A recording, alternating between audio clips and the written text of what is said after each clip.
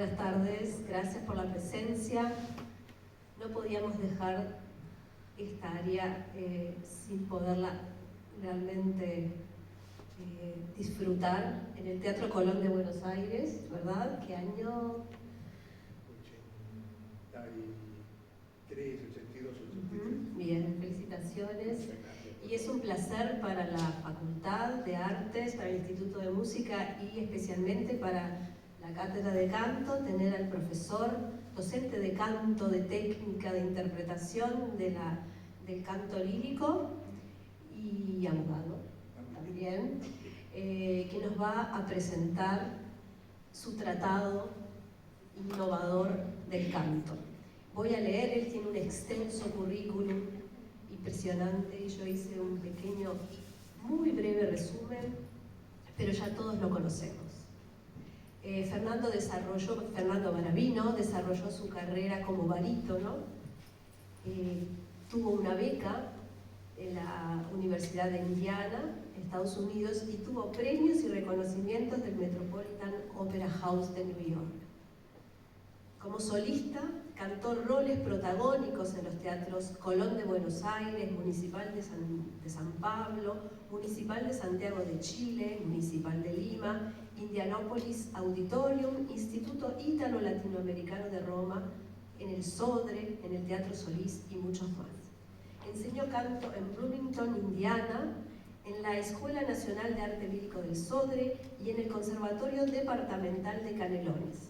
Cantó junto a grandes artistas como Renata Scotto, Luigi Alva, Jaime Aragal y Giuseppe Giacomini, entre otros. Egresó de la UDELAR como doctor en Derecho y Ciencias Sociales y ejerció la abogacía. En 2018 recibió el Premio Ícono de la Cultura por su destacada trayectoria artística. En 2021 le confirieron el Premio Manuel Oribe por su carrera artística dentro y fuera de fronteras. En 2022 presentó en la Sala del Sodre, la Balso, su tratado titulado Ars Cantus, Técnica, Ciencia y Estética del Arte Lírico. Hoy, mayo de 2024, presentamos el libro en nuestra querida Cátedra de Canto, en esta facultad que realmente te recibe con mucha entusiasmo, compasión. Te conocemos, te hemos escuchado en grabaciones, en los teatros, muchos de esta gente ha participado en tus clases de canto y ahora tenés mucho para contarnos. Va a haber un momento al final de preguntas y vamos a aprovecharlo. Gracias. Muchísimas gracias, profesora Beatriz Lozano, profesora adjunta, y gracias a todos los aquí presentes porque son parte de la motivación de este libro, que es llegar a sus usuarios y sobre todo un libro que tiene una intención de cambio, una intención renovadora y que aspira no a imponerse, sino a persuadir por la veracidad y la profundidad y el amor con que ha sido concebido. Es algo así como un hijo intelectual, un hijo artístico, al que hoy pongo en los brazos de la más alta casa de estudios. Quisiera esta primera parte simplemente leerla porque no deseo errar en ningún concepto. Habiendo sido honrado con la distinción de presentar mi obra en esta alta casa de estudios, deseo expresar mi profunda gratitud a la Facultad de Artes por vía del Instituto de Música, en la persona de la profesora adjunta señora Beatriz Lozano, titular de la Cátedra de Canto, y del profesor asistente señor Ulrich Schrader. Lo que en este acto vengo a presentar es un cambio, tal vez algo radical, pero no en un sentido agresivo, sino en lo que a mi juicio se debería modificar. Y si hay algo que modificar, es esencialmente en cuanto a la profundidad de los conocimientos con los que se trabaja. Por consiguiente, ese algo a cambiar es fundamentalmente la mentalidad con la que se aborda la enseñanza del canto clásico en contraposición con la deseable precisión con la que se debe presentar y transmitir este bellísimo arte, en función de los grandes avances en el estudio de la fonación y en especial de la voz cantada. Hay paradigmas viejos que lindan con lo medieval. Por ejemplo, mi maestro me dijo hace 50 años que, y preguntamos a esa persona, dígame, ¿está consciente de que al haber transcurrido medio siglo, necesariamente ha habido en esta disciplina importante caudal de investigación que no solo merece ser conocida, sino también aplicada? Respuesta usual, ella hizo una gran carrera, sabía mucho. Perdón, ¿usted cree que se mantiene ese mismo nivel pretérito de conocimientos? ¿No estaría dispuesto a revisar sus conceptos y creencias? Hemos constatado miedo y resistencia a los cambios, condiciones que no es sencillo superar. Usualmente estas preguntas sorprenden y desconciertan a muchos, desde que imponen un gran cuestionamiento a la fuente de la que dependen sus certidumbres en esta disciplina.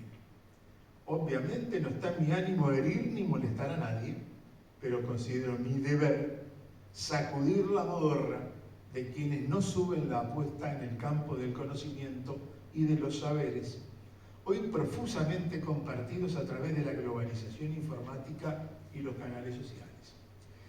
En ese sentido, merece mi especial mención y elogio el enfoque interdisciplinario que ha promovido la Cátedra de Canto, integrándose con la Escuela de Fonoaudiología de la UDELAR, asumiendo el enfoque que hoy se está generalizando en importantes centros de estudio e investigación en el extranjero.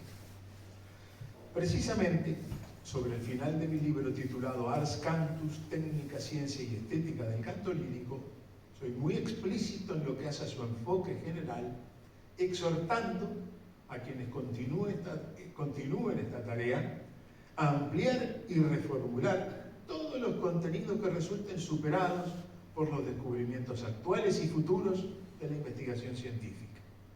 Esa es, a mi juicio, la única vía de progreso en cualquier ámbito de conocimiento. He intentado abarcar en esta obra los saberes disponibles hasta el primer cuarto de este siglo, ayornando hasta donde me fue posible, tanto la teoría como la práctica del arte lírico. No obstante, insto a la investigación, a la permanente revisión de conceptos, desde que esta obra no es un punto de llegada, sino de recalada. Seguramente el tiempo dejará alguna parte del trabajo obsoleto y son las nuevas generaciones las encargadas de actualizar, ampliar y promover el nuevo conocimiento. La juventud es la que tiene la capacidad de dar la lucha por modificar la realidad, porque cree en sí misma y en el futuro, y esencialmente porque tiene el entusiasmo y dispone de la vitalidad para hacerlo. Este libro no fue concebido para los superdotados del canto, quienes ayer y hoy han sorteado intuitivamente las muchas dificultades de nuestro arte, sino para la persona común, normalmente dotada, cuyo derecho a expresarse cantando apuntalo con este enorme esfuerzo de investigación y autoexamen de lo aprendido a lo largo de 60 años de ejercicio de la profesión de cantante, junto con la enseñanza de la voz cantada.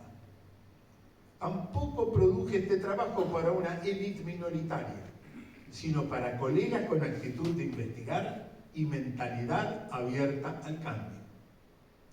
Por el contrario, estoy pasando la antorcha a quienes se quieran comprometer a transitar por un camino iluminado por el saber y regido por la ética. Espero que en un tiempo no muy lejano ya no se escuche a un alumno decir: maestro, me detectaron un nódulo en las cuerdas vocales. O, lo que es aún peor, esto no es para mí. Estado de ánimo angustiado que provoca la automarginación de un ser humano y la correlativa extinción de su sueño. Pero cuidado, no siempre tales situaciones son directamente imputables al docente, ya que también la inexperiencia y la pasión por cantar conducen a los alumnos a resultados no deseados ni previsibles por los profesores, quienes en muchos casos sensatamente les guían, pero sin ser acatados. He concebido esta obra con la finalidad de proponer un método pedagógico necesariamente progresivo, racional, científico, apoyado en décadas de ejercicio profesional como solista y docente y de estudio. Largos años de ardua investigación llevaron a la obtención de materiales de muy difícil acceso y a veces en forma fragmentaria, signada por una engorrosa búsqueda. A ello se sumó la muy diversa calidad de las obras obtenibles y el tema de los costos asumidos. Tras interminables indagaciones, una década, y en función de los trabajos abordados, surgió la necesidad, de hecho, de estar traduciendo en forma casi permanente, lo que impuso una carga aún más pesada. Traducir sin traicionar, hasta donde ello es posible. Dar forma definitiva a los diversos capítulos, ordenando lógica y pedagógicamente los contenidos, no fue menos difícil. Así fue diseñado para desbrozar el camino formativo, proveyendo además de la necesaria información razonablemente actualizada, toda la vasta experiencia pedagógica que me permitió eliminar conceptos obsoletos y o erróneos, proponer un léxico claro y homogeneizado y eliminar, hasta donde es posible, el inextricable repertorio de metáforas ambiguas o sin sentido que aún prevalecen por doquier. Habiendo juzgado imprescindible decir lo precedentemente expuesto, agradezco sinceramente a todos su presencia y pasaré a exponer someramente algunos de los tópicos más importantes abordados en el libro. Quiero ser extremadamente claro en el sentido de que no está en mi ánimo ofender a persona alguna, pero sí reivindico mi deber de manifestar lo que honestamente considero mi verdad. Les exhorto a reflexionar juntos. Casi diría que vamos a hacer, o propongo, un ejercicio, ¿sí? Temas. ¿El pasado fue mejor? No, no fue mejor, fue distinto. Eso de que el pasado fue mejor está en muchas cabezas que tienen, creen que en esa niebla del pasado se sabía algo que se fue perdiendo en el tiempo y que hoy es difícil de recuperar. Que los maestros de hace 300 años tenían conocimientos secretos que no han sido debidamente transmitidos y se perdieron. Así encontramos opiniones supuestamente muy autorizadas. Los castrados cantaban de esta y esta y esta y esta forma. Un momento.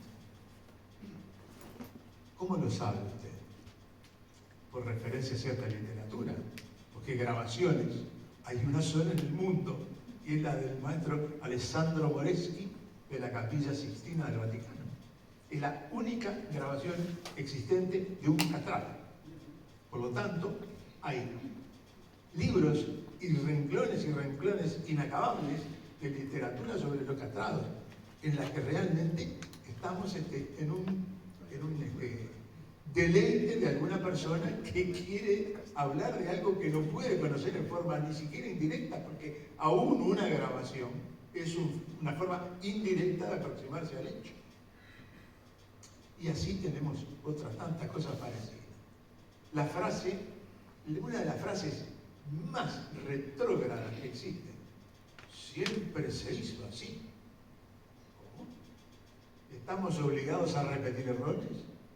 Porque siempre se hizo así.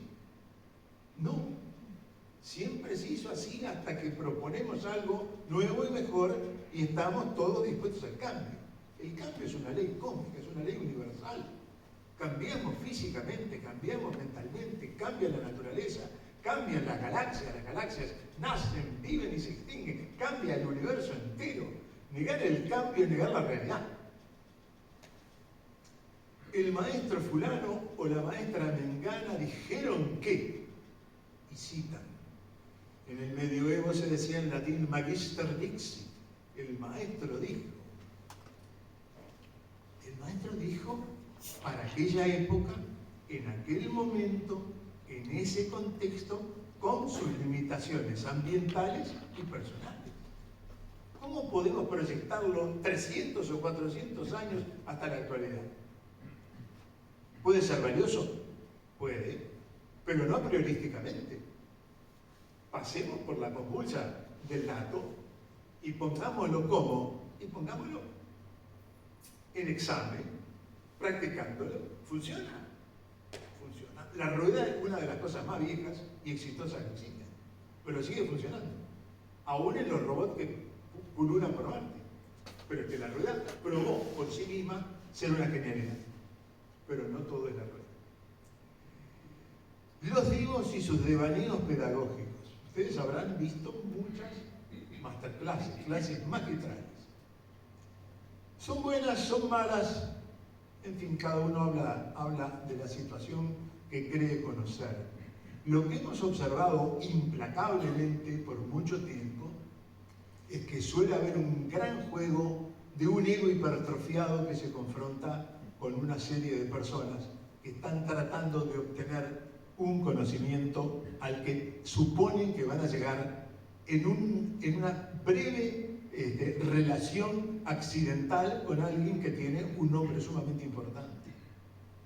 Algunas veces vemos correcciones atinadas, algunas veces vemos algún consejo sobre aspectos externos, pero en la profundidad de la técnica prácticamente no se entra. Se hace el diagnóstico, pero no se da la terapia. Entonces, imaginando que el diagnóstico fuera bueno, es una experiencia hasta la mitad fallida, porque yo me voy con un diagnóstico, pero no sé cómo resolverlo. Esto tenés que frasearlo de tal o cual forma. Fantástico. Ahora díganme, ¿cómo lo hago? ¿Cuáles son los recursos técnicos vocales para que eso suene como usted lo está pidiendo? Vemos cantidad de esto y prolifera por todos lados. Creo que se impone el libre examen para no quedar encadenados a la rutina. No debemos confundir conocimiento con creencia. Aún las creencias personales más profundas son eso, son creencias. El conocimiento siempre tiene que ser algo demostrable, demostrable en todos los niveles y en las distintas circunstancias que se puedan someter desde el punto de vista científico.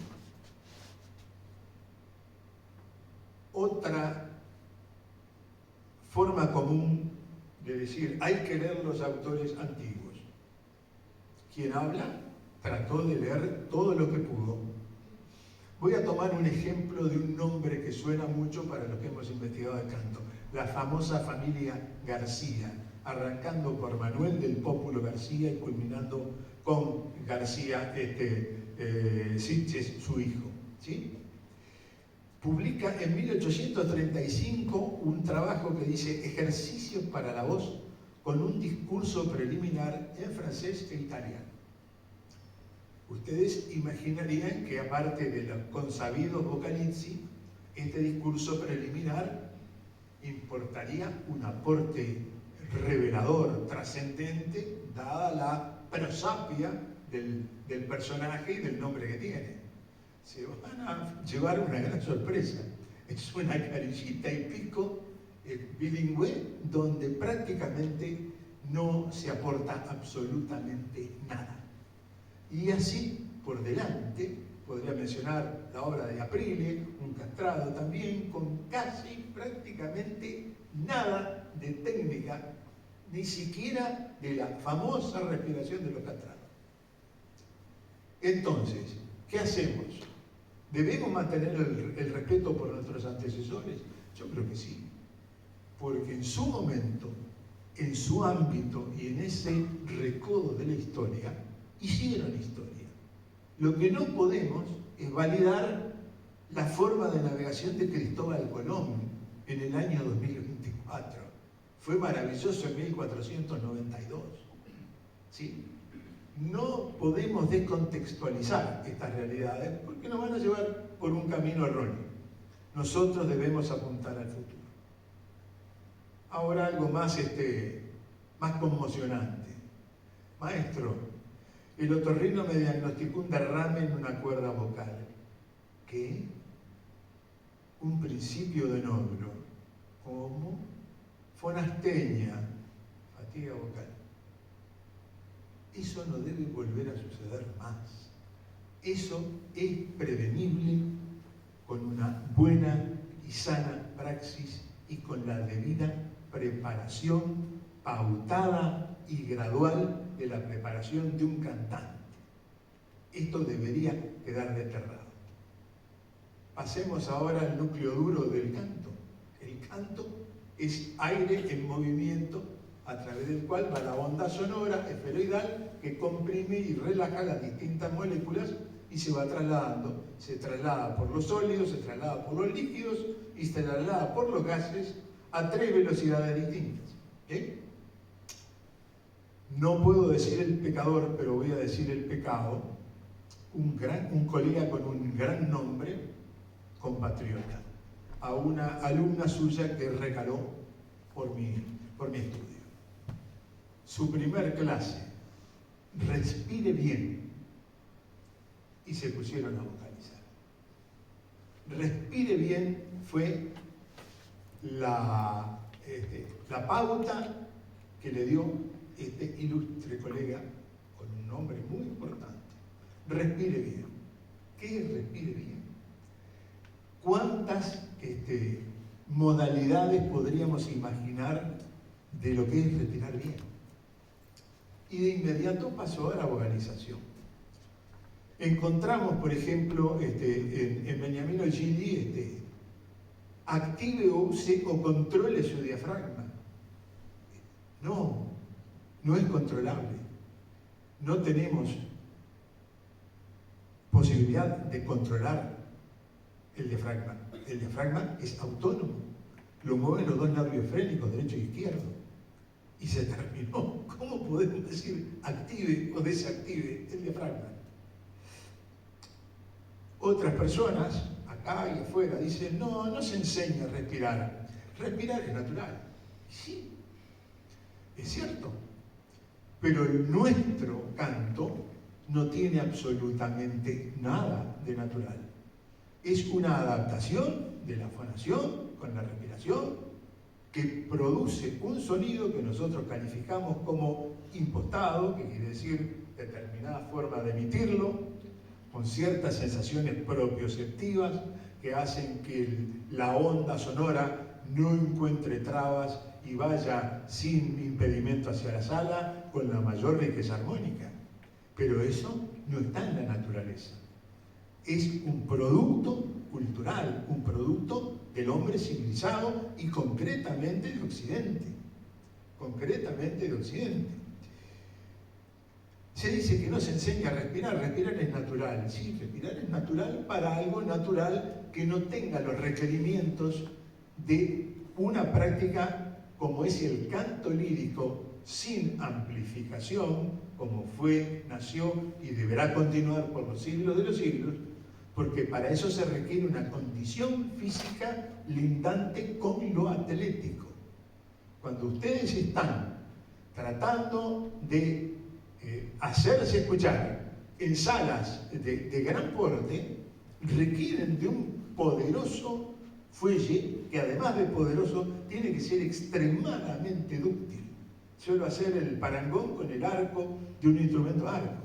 Puede pesar, puede colocar todo el peso de las cerdas, puede marcar con apenas algunas, la cantidad enorme de posibilidades que tiene para sacar esa voz afuera. Bueno, en el canto, en imagen análoga, el gesto de apoyo del soplo expiratorio funciona como el arco en un instrumento de cuerda. Respiración, sí, pero la respiración hay que reeducarla. Si nosotros tomamos la respiración del bebé sano y normal, vemos una eficiencia pasmosa, de modo tal que es capaz de proyectar su llanto a través de las paredes durante horas, y no hay un bebé afónico. Ni lo hay, ni lo hubo, ni lo habrá. ¿Por qué? Porque todo está en un perfecto ensamble. La respiración con el acto del llanto. Y entonces, ¿cuál es el gran secreto? La mecánica, no el tipo de sonido, la mecánica del bebé sano y normal. Tengo el privilegio de ser abuelo reciente. Mi nieta le pude dar la mema durante su primer año, y vi como una vez más cómo los bebés respiran y cómo lloran. Maravilloso. Ya está ahora de pasada por Montevideo, ya cumplió 2 años, ya el desplazamiento costal no es el mismo que tenía a los 2 meses. Luego va a la escuela, se sienta a la buena de Dios, nadie corrige la postura, creo que por desconocimiento, no por maldad, y en poco tiempo, ya en la adolescencia, es probable que tenga una respiración limitada. ¿Por qué? Porque no se cuidó ese patrimonio mágico, maravilloso, de la, insisto, mecánica del bebé sano y normal. Algún colega ha dicho con cierto empaque: yo no enseño a respirar, sino a cantar. Es un paralelismo de falsa oposición. ¿Cómo podemos cantar bien con una respiración mediocre? Es imposible. El vehículo por el que se desplaza la onda es el aire. Y si no somos dueños de ese aire, mal podremos llevar a cabo una ejecución perfecta. Ahora, ¿es esta solamente la idea de quien habla? Es decir, he descubierto algo que alguien no haya pensado antes. Nobleza obliga, voy a citar a un ilustre colega del que no se habla mucho, Domenico Crivelli. Escribía en 1820, traducido, comillas, habla Crivelli, ¿sí? Y como el saber hacer buen uso de la respiración es de suma importancia para los cantantes, conviene estudiar entonces atentamente el estado, las funciones y las capacidades de los pulmones, y aquellos maestros los cuales ignoran estos conocimientos o que no los cuidan al enseñar el canto, esperarán en vano alcanzar jamás a desarrollar la voz de sus alumnos. Fin de cita y traducción. 1820, y lamentablemente todavía en 2024 esto está para ser repensado e instaurado y puesto al servicio en todos aquellos lugares donde se está enseñando canto, aún en aquellos en los que no se enseña canto clásico. La pregunta que tenemos acá es además una pregunta, y hablé de la ética, ¿sí? Mi pregunta: ¿quién se hace cargo del potencial daño que se puede producir mientras se logra la concordancia neumofonatoria imprescindible para la correcta impostación de la voz cantada? Éticamente, le corresponde al profesor.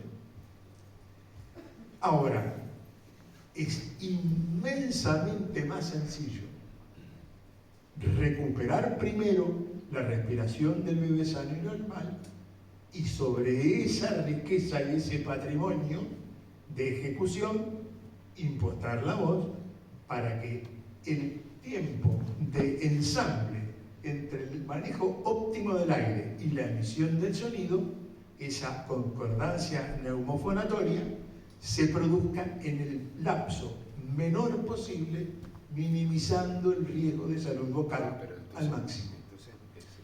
Sin embargo, quien habla, que tuvo el privilegio de estar estudiando en la Universidad de Indiana, tuve contacto personal con el finado Ralph Appelman, un bajo muy interesante y un doctor de los primeros doctores en voz que había en Estados Unidos. Y en su obra, si bien en alguna medida entiende el tema, porque era un hombre muy culto y sobre todo avanzado para la época, no termina de dilucidar este enigma. Y entiende que por la frecuentación de las obras, esa concordancia se va a producir. Sí, se va a producir. El tema es que el plazo puede ser enorme e ínterin se están generando daños para las cuerdas vocales. Y vuelvo a la pregunta: ¿quién se hace cargo y se responsabiliza de los daños, primero físicos, luego psicológicos y finalmente de un eventual fracaso? Entonces, entiendo y propongo que la falta de una propedéutica es el mayor problema. Tiene que haber previaturas, y para mí la previatura del canto es primero el acondicionamiento corporal, luego la técnica respiratoria para cantar, y entonces sí pasamos a impostar la voz. Cantar es la tercera fase de mi propuesta. Imaginemos por un momento que me diera la pasión por ser cirujano. Me voy a clínica, me presento y digo que yo soy Fernando Barrabino y tengo un afán de salvar gente con el bisturí que no se imagina nadie. Y me presento ahí a la puerta del quirófano. Te vengo a operar, a salvar gente, con mi corazón palpitante de emoción. Perdón, me dice, ¿qué dijo? Que vengo, yo me siento con una vocación entrañable por ejercer la cirugía. ¿Y qué quiere hacer usted acá? Vengo a operar. No, mire amigo, empiece por 8 años o 9 de facultad de medicina, después haga el internado, después hace el posgrado, después empieza a suturar alguna cosa, y en unos 13 o 14 años es probable que esto se le haga realidad. Nosotros no podemos dejarlo acuchillar gente. ¿Cómo? Pero mi vocación. Bueno, ¿por qué? Porque se entiende que hay toda una formación absolutamente insoslayable. Sin embargo, en muchos casos a cantar se arranca cantando. Y peor aún, hemos visto que preguntan: ¿y qué te gustaría cantar? Lo cual es derivarle a una persona que viene a aprender la responsabilidad de seleccionar lo que tiene que cantar. Eso debe ser fuertemente rechazado. Eso no debería suceder. Es frecuente principiar con vocalizaciones. Menos frecuente hoy, felizmente, es comenzar cantando directamente una obra de dificultad relativa, pero sobre bases de una clasificación apresurada del tipo vocal o cuerda a la que se supone que pertenece el alumno. No todas las voces son voces obvias que uno pueda catalogar. Hay voces que llevan mucho tiempo poderlas hacer revelarse en su integralidad, y finalmente vamos haciendo sucesivas aproximaciones hasta que finalmente, a veces tras años de estudio, podemos definir: es tal tipo de voz. Aún entre dos personas de la misma cuerda, vaya esto como un tip que no está en el libro, hemos visto muchas veces lo que yo llamo un centro de gravedad para determinada voz, que es donde el repertorio lo resuelve mejor, con más calidad vocal y sin fatiga, que otra persona para la misma extensión, que se desempeña mejor con otro centro de gravedad donde puede perfectamente dar su rendimiento óptimo. Y tenemos, por ejemplo, 2 tenores o 2 sopranos o 2 bajos. Y sin embargo, con la misma extensión, tenemos 2 repertorios que tenemos que diferenciar. Otro serio, y este sí que es serio problema. ¿Gran cantante es sinónimo de gran docente? No, definitivamente no. No lo es. ¿Puede serlo? Puede, pero es algo a ser demostrado. Yo a priorísticamente no puedo decir que un gran cantante es un gran docente. A la inversa, un gran docente es un gran cantante. No, no puedo afirmarlo a priorísticamente. Los hechos y su presentación serán los que puedan o no corroborar esas afirmaciones. Sin embargo, muchas veces se toman decisiones solamente en función de la trayectoria artística en sala, sin valorar o ponderar la formación, la preparación y el conocimiento pedagógico de la enseñanza del canto. Esto sigue siendo, por todas partes, un gran problema. Anécdotas. Tengo anécdotas. Encontrando en el viejo Sodre a José Soler en la sala de ensayo del coro, esto ya es historia antigua, le pregunté un día si él enseñaba, y Soler me dijo con gran humildad, dice, no, mirá, dice, yo no enseño, dice, lo que sé es para mí. Y a mí me pareció una gran humildad y una increíble sinceridad, porque él en aquel momento todavía estaba en gloria y majestad y podría haber lucrado con una supuesta enseñanza, y sin embargo se negó a hacerlo. Otro grande, Enrico Caruso, jamás enseñó. ¿Por qué? Porque no sabía y no le interesaba. Tita Rufo fue contactado por el Curtis Institute de Filadelfia, le mandaron un cheque en blanco y tal, y dijo, no voy a enseñar porque tengo miedo de difundir mis propios errores. Estas cosas son maravillosas porque también existen. También respecto a otros enseñantes, por ejemplo, Fyodor Chaliapin, tenía por maestro a un señor Usatov, que fue el que más o menos le dio las bases, y Usatov lo corría alrededor del piano con el bastón porque Chaliapin no estudiaba. Son todas formas que hoy por hoy a mí me causan gracia, pero hoy por hoy serían absolutamente repudiables en una universidad. Sin embargo, pasa.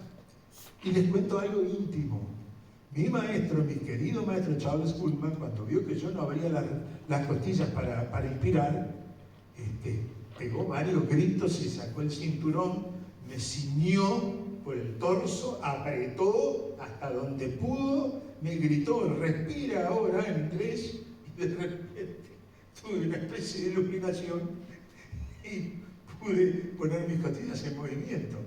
Este tipo de terapia a la que estoy hablando de un montón de décadas atrás, hoy por hoy yo las cuento en tono amable, pero realmente generarían un gran problema a un docente que tuviera esas ideas.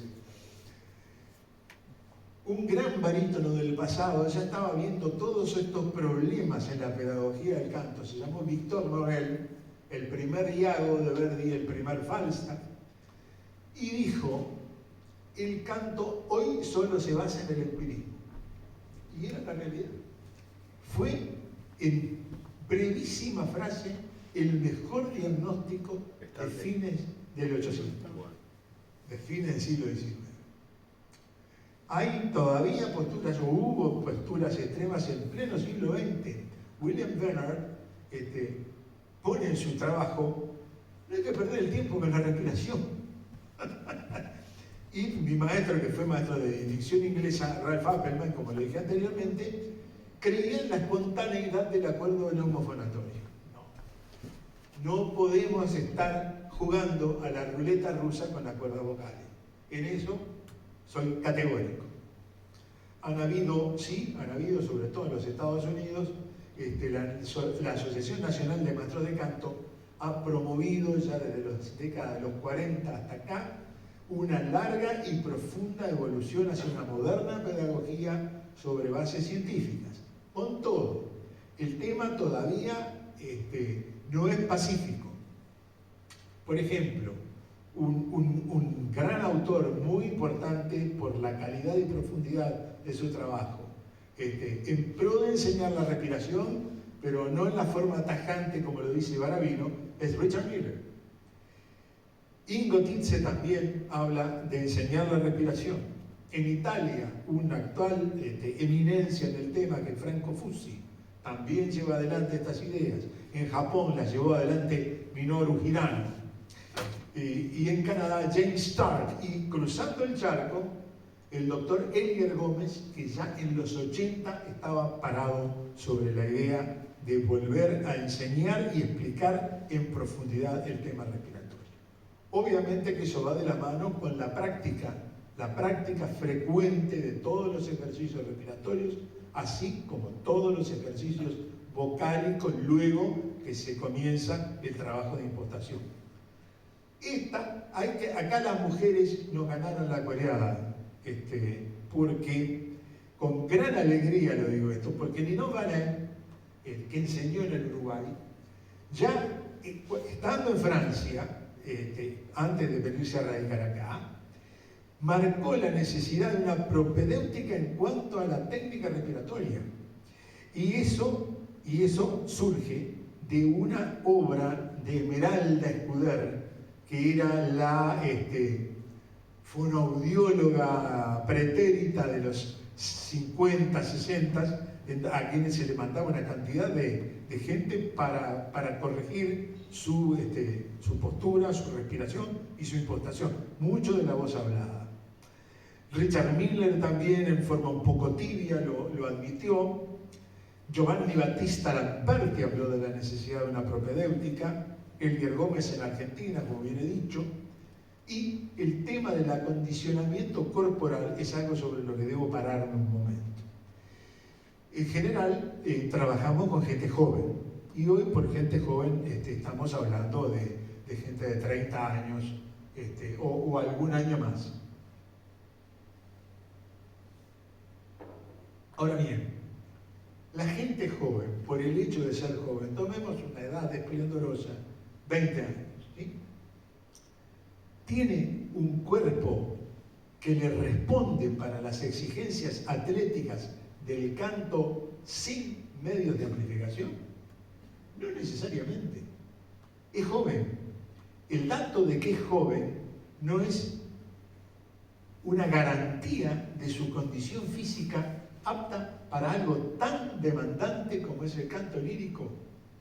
No podemos presumir que por el hecho de ser joven no deba llevar su cuerpo a un estado físico, atlético, razonable como para poder sobrevivir la experiencia canora en la vida profesional. Debe haber un acondicionamiento corporal previo toda vez que ello sea necesario, sea ostensible o sea solicitado por el alumno. No todo joven está en condiciones atléticas. Además, este acondicionamiento corporal yo lo separo de lo que es una técnica respiratoria, que es otro tipo de ejercitaciones completamente centradas sobre todo en la optimización del ingreso de aire y su perfecta administración. Y hay una batería enorme de ejercicios allí que están todos concatenados para lograr resultados óptimos a la hora de comenzar el trabajo de impostación y luego el canto. También me he servido del Bután chino y del Pranayama indio, no se dice más el hindú, para lograr extraer de esas ramas de conocimiento ejercicios que sean 100% no agresivos al bloque laríngeo. Pranayama, ¿no? Yama es control, prana es esa fuerza mística, fuerza vital, vitalidad, chi, shi en chino, y luego está ayama, que es extensión-contracción, que todo en el mundo tiene dos polaridades, masculina y femenina, yin yang. Bueno, todo eso nos vuelve, felizmente, nos vuelve al bebé sano y normal, a su mecánica que está libre de afonías. Entonces, estamos promoviendo un método general para la docencia del canto lírico dirigida a una mayoría saludablemente normal. Los superdotados no requieren una atención específica por tal condición, pero sí psicológica, porque el superdotado, por su propia cualidad, tiende a tener una relación con el maestro, no de alumno a maestro, sino de entre pares o como un asesor, al que lo escucho o no lo escucho. Y hay que cuidarlo porque si no puede estropearse muy fácilmente creyéndose que ya tiene todo el conocimiento cuando en realidad no lo tiene. Entonces, ¿qué es lo que propongo concretamente? 3 etapas previas y necesariamente sucesivas. Técnica respiratoria, con ese condicionamiento corporal de ser necesario, luego la impostación, seguida o junto con las debidas vocalizaciones, en forma progresiva, y luego cantar obras de dificultad también progresiva. Muchos dicen y con sentido que el idioma materno suele ser un facilitador. Me quedan algunas dudas y en algunos casos he experimentado y no puedo ser categórico en esto. He conocido situaciones en que el idioma materno ayudó y en otras no necesariamente. Ahora, veamos en la docencia del canto. ¿Debe trascendentalizarse la clase? Ciertamente no. Eso lleva a destruir la clase y a hacer que el alumno tema presentarse ante el maestro. La clase tiene que tener algo de actividad lúdica aún entre adultos. Y tantas veces una broma a tiempo destraba una situación psicológica dañina. Lo hemos experimentado en cantidad de ocasiones. Una broma a tiempo libera esa carga negativa y permite seguir. También el docente tiene que tener la flexibilidad de ver que si determinada línea de trabajo en ese momento no es transitable, inmediatamente debe tener la claridad mental como para ver, dadas las condiciones del alumno o alumna en ese momento, en qué otra dirección sería oportuno derivar para que no se pierda el tiempo y para que el alumno no sienta que está fracasando en algo que no logra resolver. Porque en esto las tosudeces no conducen a nada, como en casi todas las situaciones de la vida. Entiendo además que la pulcritud técnica es garantía de las máximas posibilidades expresivas y artísticas. En esto soy sumamente detallista, diría que hasta molestamente puntilloso. ¿Por qué? Y porque esa pulcritud técnica no es por el preciosismo, es porque abre la puerta a la mayor capacidad de expresión de cuánta emoción se le presenta en el texto y en la música que está recreando. El preciosismo es algo totalmente vano, pero tener un repertorio de recursos del mejor nivel es lo que nos permite la plena expresión del artista que tenemos adentro. La técnica es un medio, no es un fin. El preciosismo formal no sustituirá nunca al sentido artístico. Es esencial eliminar prácticas respiratorias erróneas que cuesta creer que todavía sigan insistiendo en ellas. Una, expansión permanente, no importa qué, de la parrilla costal. No es así. Hundimiento del abdomen al inspirar. No, es un error. Mira el bebé. Abdomen expandido al exhalar o cantar. No, se contrapone con el ascenso diafragmático. Pujo descendente al cantar. Esta es una de las cosas que anda en la vuelta y realmente cuesta entender cómo se acuñó esta falsa moneda. Lo afirmo con base en Ingo Tietze, Principios de Producción de la Voz, Frank Netter, Anatomía, Guyton y Hall, Fisiología, Elier Gómez, La Respiración y la Voz, Jesús Tresguerres, Anatomía, Fisiología, etcétera, etcétera, etcétera, etcétera. No he encontrado un tratado científico serio que promueva el pujo descendente al exhalar o durante el canto, excepto para ciertas actividades específicas. En fin, es necesario generar y estandarizar un léxico inteligible, construir formulaciones lógicas y con base científica. ¿Para qué? Para sustituir locuciones abstrusas, metáforas absurdas que no constituyen un conocimiento universalizable. Muchas de ellas son un cúmulo de sensaciones propioceptivas personalísimas. Tomemos el ejemplo clásico del libro de Lili Lehmann, Mi arte del canto. Allí tiene una cantidad, son 20 o 30 y pico de figuras en que hay una efigie de perfil de la cabeza humana con una serie de puntitos en los que se le adscribe a cada uno de ellos una supuesta nota y que en general es harto opinable porque sería prácticamente imposible generar ese tipo de segmentación de las sensaciones propioceptivas. Pero, cuidado, Lili Lehmann aclara en el libro, y esto es lo malo, que no se aclara cuando se usa este libro, dijo, estas son mis sensaciones. Nunca dijo, esto es lo que usted debe sentir. Estas son mis sensaciones. Perfecto, no se lo discutimos, pero no podemos universalizar nuestras propias sensaciones propioceptivas.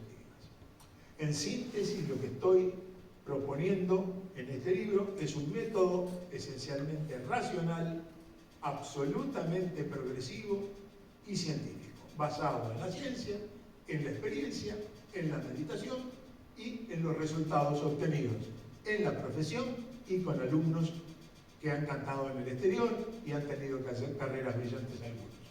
Así que pienso que con esto estaríamos dando la presentación de lo que creo constituyen las líneas fundamentales de mi trabajo, y si la profesora está de acuerdo, abriríamos a preguntas.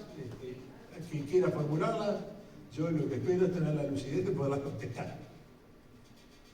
Con el mayor gusto estoy a su disposición.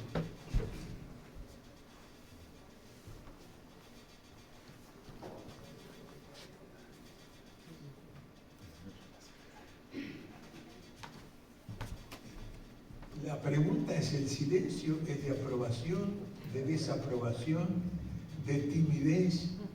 Yo empiezo. Yo qué sé. Rompo el hielo.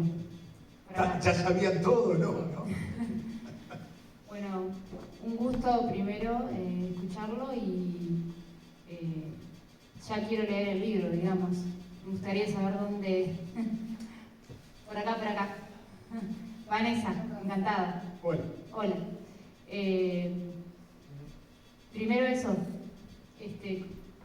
¿cómo acceder al libro, por un lado? Sí, sí. El libro está en mi casa, creo que se debe haber pasado acá, ¿no? Está llegando. ¿Perdón? Está llegando, pero está al final. Al final está mi número de teléfono y dirección, y con muchísimo gusto está a la disposición. Bueno, muchísimas gracias por todo lo expuesto, me pareció... agradezco realmente escuchar a alguien hablar de todo eso, de desmitificar, porque me parece que hace falta. Gracias. Te agradezco tu apreciación, muchas gracias.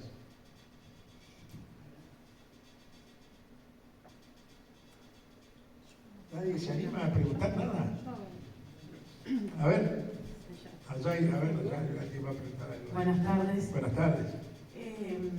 Bueno, quería preguntar sobre el tan famoso apoyo, ¿no? Respiratorio. bueno, ¿usted cómo lo explica con esa base científica? Brevemente, sé que es un trabajo exhausto, pero esa apertura costal, capaz cómo se piensa, si más en la espalda, si más sacando la panza, porque hay, como usted mencionaba, muchas cuestiones que se oponen, ¿no? Que algunos maestros dicen, bueno, se apoya para abajo, se apoya para afuera, y más que nada, cómo sostener la expiración, ¿no? Junto con lo que es la presión subglótica, ¿no? Para no, o sea, como ese equilibrio. Bien, bien. Bueno, vamos a ir un poco al detalle, ¿no? Cuando estamos simplemente haciendo ejercicios respiratorios, hay dos tipos de ejercicios respiratorios, en grandes líneas. Los que están destinados a ampliar movimientos, distender espacios intercostales, por ejemplo, robustecer la zona pelviana, etcétera, etcétera. Ahí no hacemos diferencia entre la expansión y la contracción de la parte costal, entendida desde el octavo para el duodécimo, y luego la franja abdominal que va desde las dos crestas ilíacas hasta arriba la vinculación con el epigastrio, ¿sí? Vamos a pujar desde el hipogastrio para sacar el aire rebatiendo las costillas simultáneamente. ¿Por qué? Porque no estamos emitiendo sonido. Cuando estamos emitiendo sonido, de alguna manera, para evitar desinflarnos a alta velocidad, es decir, poder administrar el soplo expiratorio, genéricamente denominado el apoyo de la voz, yo diría el sostén, el vehículo más que el apoyo, pero bueno, usemos el vocablo común, ahí tenemos que antagonizar, usar los inspiratorios intercostales, ralentando el cierre de la parrilla costal, mientras la sensibilidad, la motricidad fina del recto abdominal va adentro, arriba, con su apoyo casi en el pubis, subiendo con el recto abdominal, que es un músculo doble, hasta el epigastrio. Entonces, de esa forma, es como un dedo moviendo el émbolo de una jeringa hipodérmica. Solo que falta agregarle el retraso relativo del cierre de la parrilla costal. Ese sería el gesto de administración de la columna de aire al que genéricamente denominamos apoyo. Ahora, esta palabra apoyo, y en Europa ha generado, y en algunos otros lugares, una manía de precisión que ha sido casi, diría, una bizantina. Sí, el apoyo es algo estático. No, en la voz no. El apoyo es algo solamente dinámico. Bueno, si entendemos el apoyo como algo estático, sería algo inmóvil. No lo es porque el ser humano está vivo y está exhalando. Si entendemos que es algo móvil, entonces, como recientemente definimos, el gesto adentro-arriba, fundamentalmente el recto abdominal, ¿sí?, va comprimiendo las vísceras que están en el saco peritoneal. El saco peritoneal está pegado por la cara inferior al diafragma, que al momento de exhalar o cantar se está relajando, mientras que la glotis, que llevó la orden primero prefonatoria cuando tú cantaste mentalmente y luego comenzó a fonar cuando fue la orden de fonar, retiene el aire y lo va liberando en pulsos a altísima velocidad, manteniendo una presión subglótica acorde con la altura y volumen con que tú pensaste. Para eso se requiere que ese aire comprimido que llega al bloque laringio sea siempre regular y acorde con la altura del tono y la intensidad de volumen que estás emitiendo. Eso es el soplo expiratorio que en general se denomina aponcho. ¿Sí? Muchas gracias. ¿Te satisfizo? ¿Tenés cuestionamientos? Sos libre de hacerlo.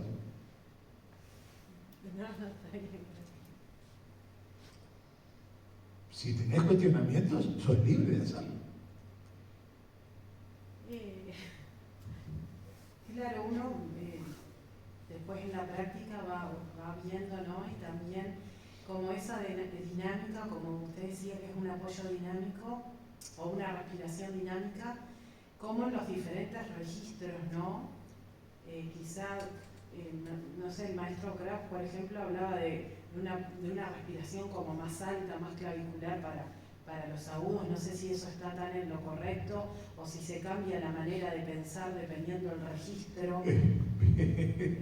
Los pianos, la mesa de boche, o sea, es como, bueno, nada, me gustaría después acceder obviamente al libro, pero en rasgos generales es eso. Ahí cuando Krauss, es otro de los que lamentablemente como Gili o alguno de estos que largan esas cosas, se ve que él tenía una gran referencia, una referencia propioceptiva muy grande con las costillas flotantes, ¿sí?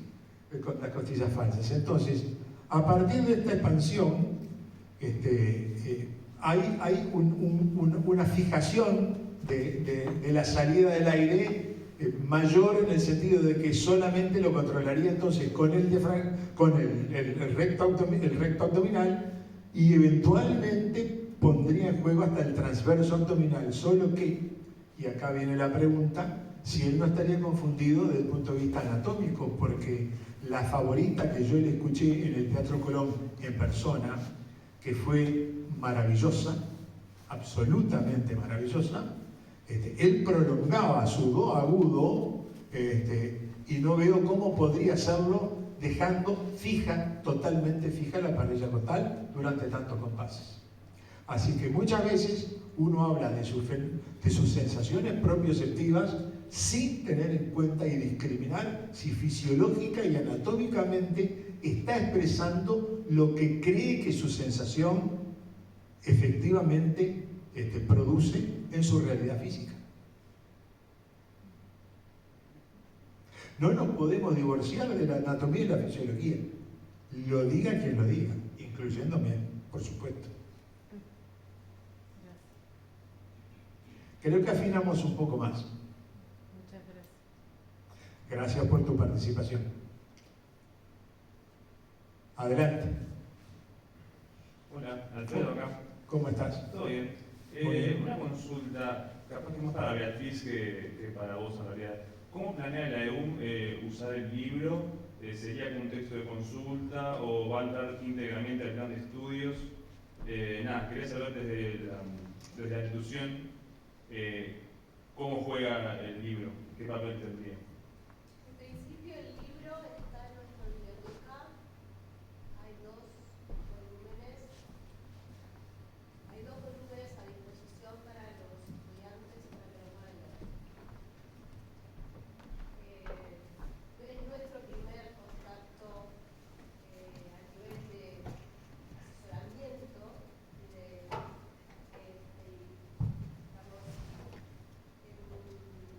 una vinculación con el profesor Garavino.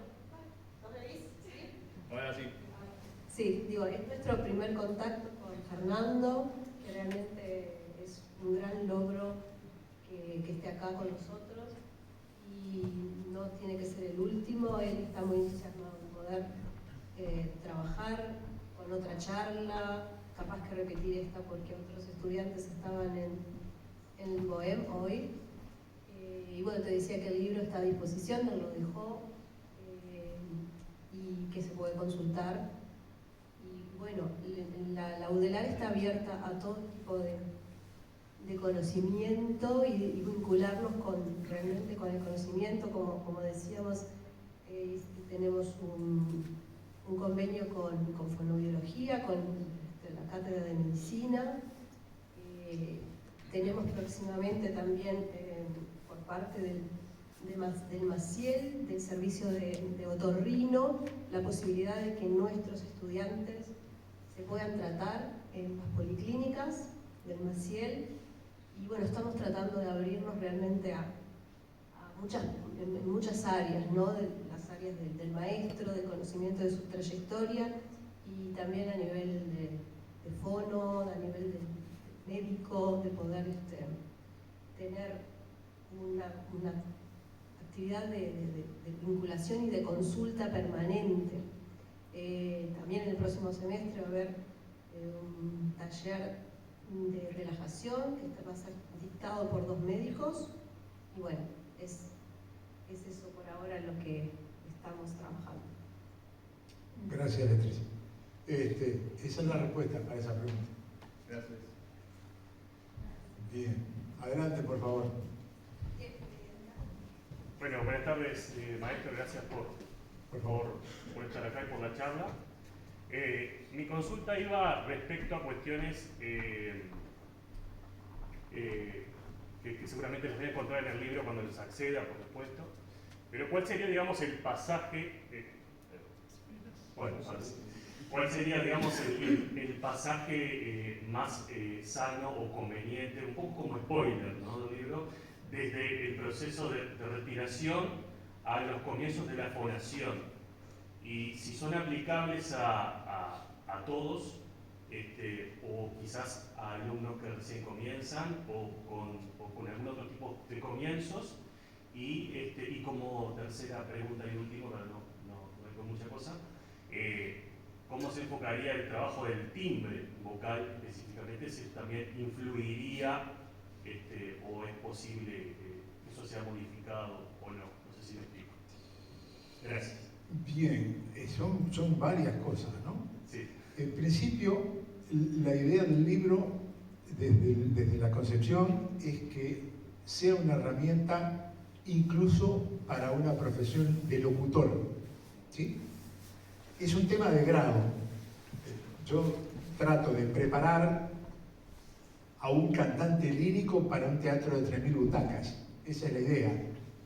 Pero un locutor que está haciendo locución comercial y tiene que estar horas y horas por día usando su garganta, debería prepararse en alguna buena medida para no solo tener una respiración que le ayude a solventar su profesión, sino una impostación de voz hablada que también se puede lograr, solo que para eso no tengo las recetas que sí creo que las tienen las escuelas de locución, pero en la parte respiratoria sí. Creo que esa es una primera pregunta. Si por favor me ayornás con la segunda y la tercera. No, la primera inicialmente hacía referencia al pasaje, digamos, del proceso de respiración a los primeros ejercicios de fonación. Ah, ¿sí? Perfecto. Bueno, ahí por largos años de práctica descubrí, es una broma por supuesto, ¿no? Que la boca que usa es la forma de puentear la voz hablada a la voz impostada con el mínimo riesgo. ¿Por qué? Porque hay un total cierre, una oclusión, y entonces, aunque el sonido no tenga su abastecimiento de aire propio y necesario, igual no habría un daño o una lesión al bloque laringio porque está todo ocluido. Obviamente que las narices no se pueden suprimir, ¿sí? Pero puedo apoyarlo más o menos o insuficientemente, no hay daño, pero yo estoy sintiendo un pujo a partir de mi pelvis prácticamente y su resultado en mi hueso, mi masa ósea facial, a partir de una actitud de semibostezo que automáticamente promueve el descenso del bloque laringio, y si uno toca acá la nuez va a ver que la nuez se desplaza hacia abajo. Entonces con la boca que usa hacemos una fase intermedia antes de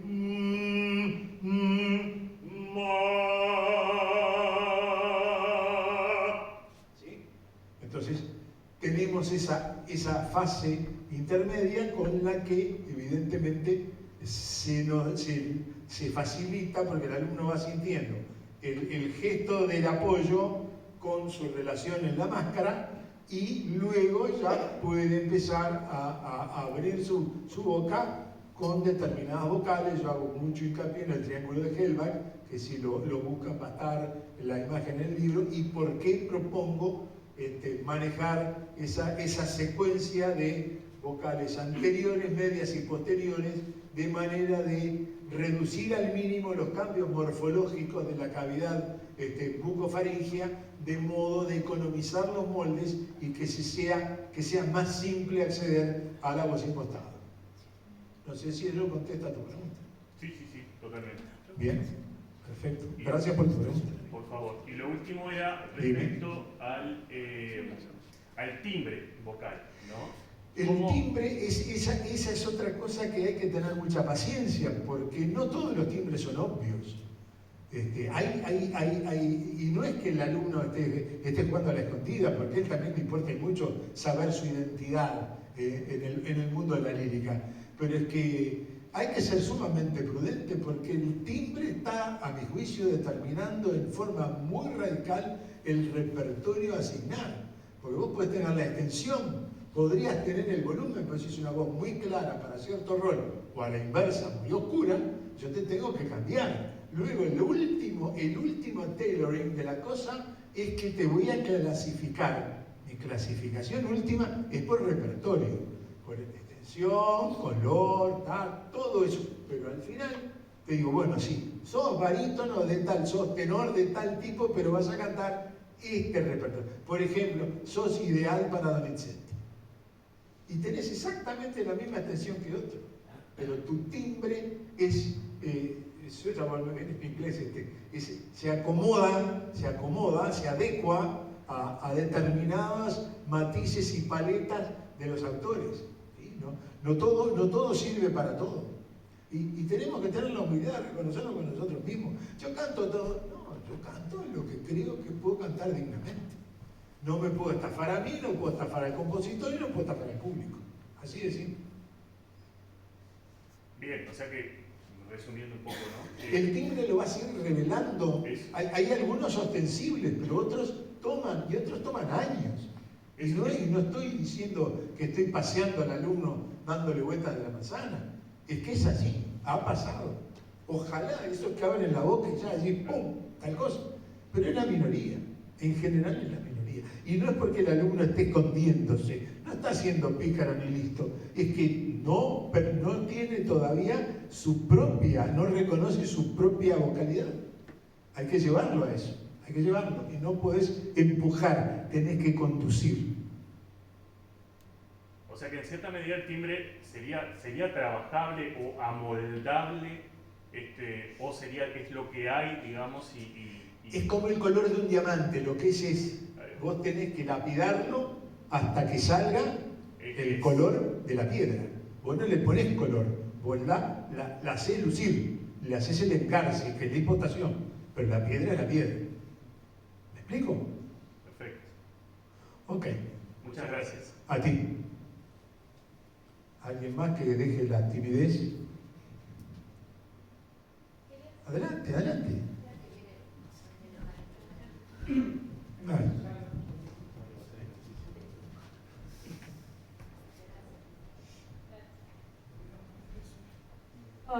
Hola, ¿cómo estás?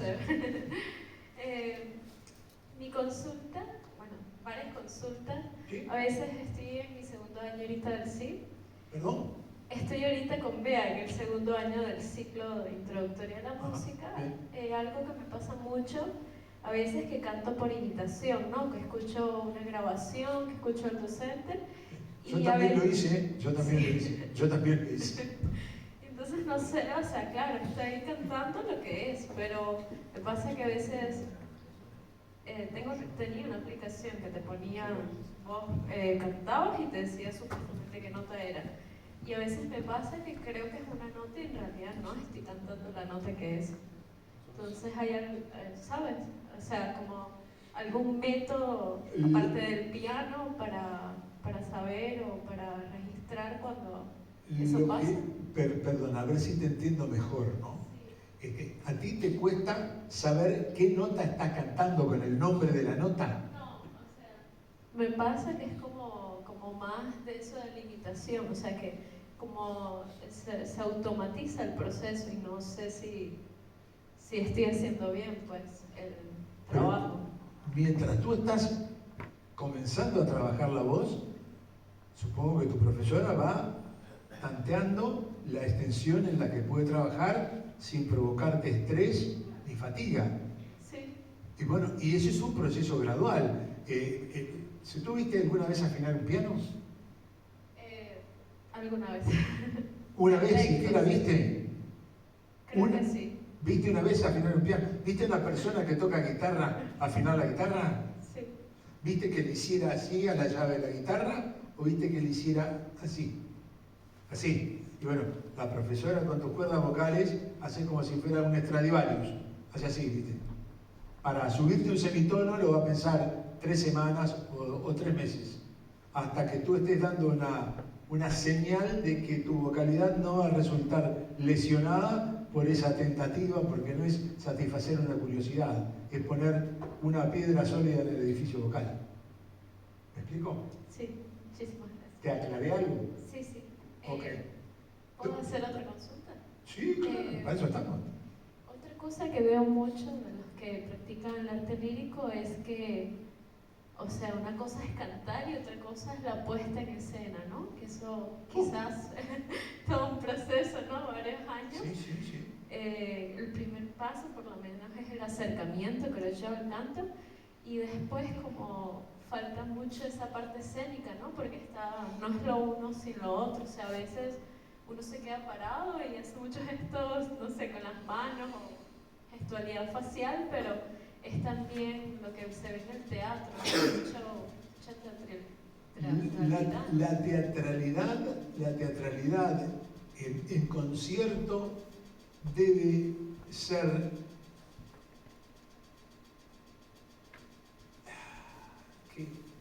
una palabra me está faltando, debe ser moderada, porque cuando uno va a un recital uno no está esperando un gran acting de la persona, uno tiene su expectativa en aquel ciclo que va a escuchar, en aquella obra que hace años que le hubiera gustado que se hiciera y no se hizo, ¿me entendés? Uno va con determinadas expectativas, o sea que tú me muestres unos desplazamientos corporales, como yo vi, por ejemplo, a Alan Netrebko bailando mientras estaba en frente a una orquesta sinfónica, bárbaro, pero yo la escucho cantar. El tema es, ahora sí, cuando hace una traviata y hace el acting, entonces mi expectativa era de la actor o actriz cantante. Cuando estás en recital o estás en una obra sinfónica cantada, entonces yo creo que más incluso hasta se espera cierta, no digo rigidez, pero cierta serenidad en cómo estás haciendo. Si estás haciendo, yo qué sé, imagínate una obra, no sé, de Bach, y no sé, te pones a moverte de una manera que no condice con lo que estás encarnando, ¿viste? Creo que la actuación hay que dejarla para el teatro lírico en todas sus formas. Lo otro puede tener y debe tener cierta gestualidad, pero debe ser muy, muy mesurada a mi juicio. Muchísimas gracias. A ti.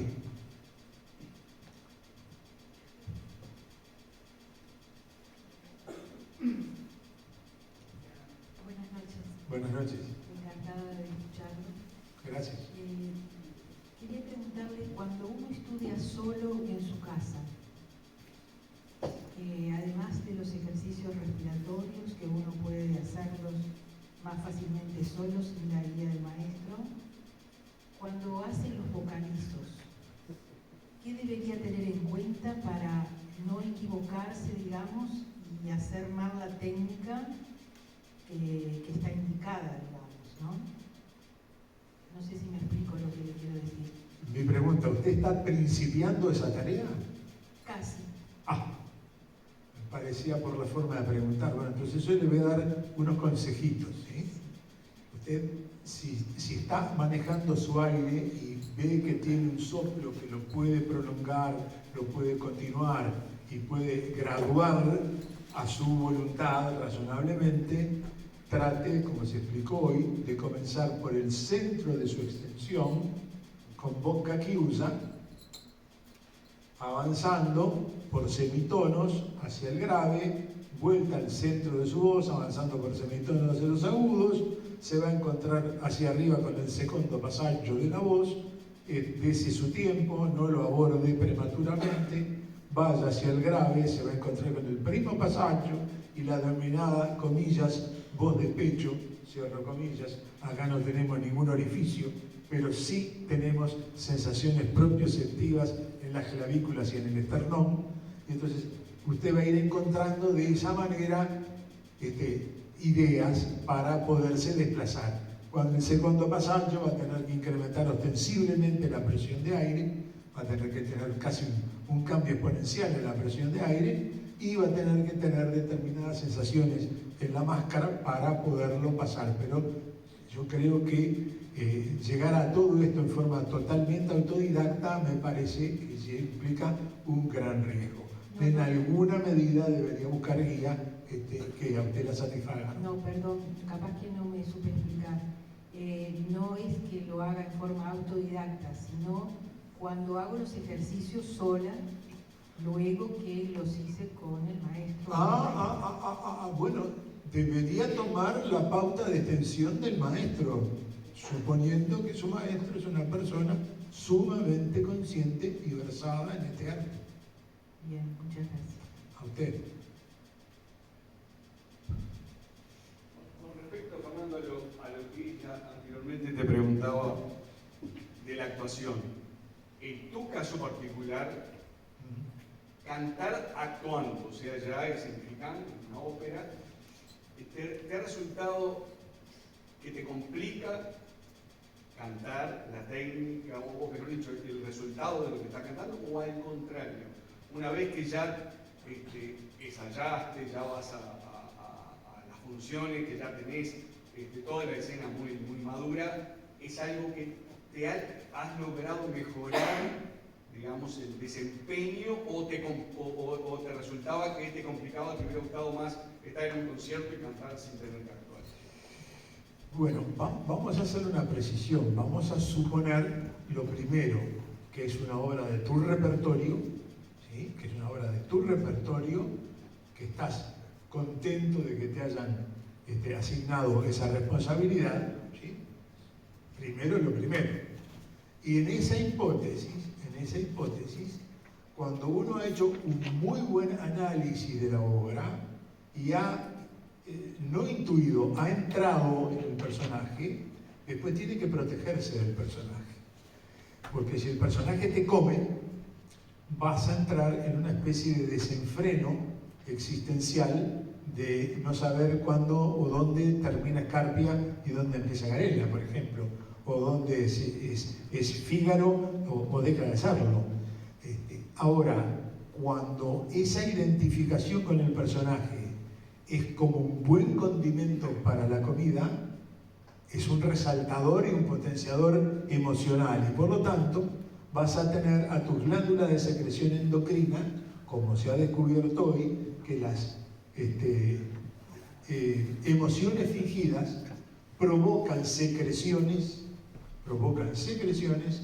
casi idénticas o idénticas a las emociones reales. Por lo tanto, es bueno emocionarse. Lo malo es descontrolarse. Así que en esa medida, cuando el insight del personaje es profundo, si evitas que te coma, estás como lubricando tu pasaje por el escenario. Más aún, es probable que te canses menos estando motivado que remando una situación que miércoles estoy cantando acá, ¿no? Creo que va a ser, si hay control, es favorecedor, en síntesis. Perfecto, gracias. Por favor, gracias aquí.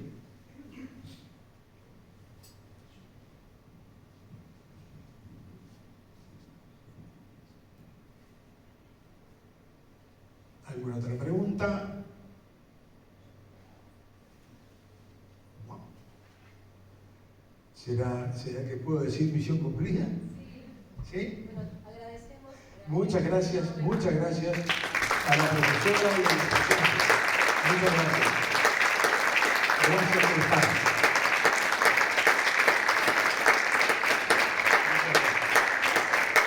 Muchas gracias. Profesora Almada, gracias. No, por favor, un placer. Gracias a ustedes. Que así sea.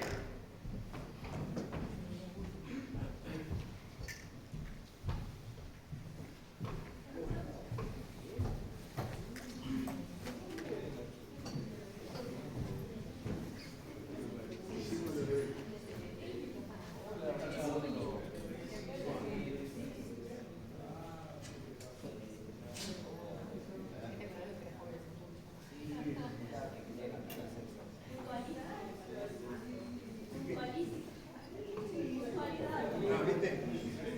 La ruta ahí. Genial.